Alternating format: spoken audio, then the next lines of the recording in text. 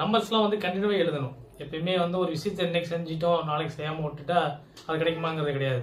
எப்பயுமே தொடர்ந்து நம்ம அதை வந்து ஃபாலோ பண்ணிட்டு வருவது தான் ஒரு படிமானத்துக்கு அடுத்து போவோம். நம்ம யாருமே குழந்தைகள் பிறந்தோடனே எந்திரிச்சு நடந்து ஓடுறது இல்லையா, தவழ்ந்து கொஞ்சம் கொஞ்சமாக போய் அதுக்கப்புறம் தானே ஆரம்பிக்கிறாங்களா, ஆரம்பித்து நடக்க ஆரம்பிக்கிறாங்க. அதே மாதிரி தான் எந்த ஒரு விஷயமா இருந்தாலுமே, எண்களாக இருக்கட்டும், ஒரு மந்திர உச்சாரணமாக இருக்கட்டும், எப்படி நம்ம வந்து படிக்கிற காலத்தில் ஒரு எழுதி எழுதி பார்க்குறோம், ஃபஸ்ட்டு மனப்பாடம் பண்ணுறோம், அப்புறம் எழுதி பார்க்குறோம், அதுக்கப்புறம் எக்ஸாம் ரெடி ஆகிறோமோ அதே மாதிரி தான் வாழ்க்கை பயிற்சிலையும் நம்ம வந்து ஒரு விஷயத்தை செய்ய ஆரம்பிக்கும் போதே அதை வந்து நம்ம தொடர்ந்து செய்யணும்.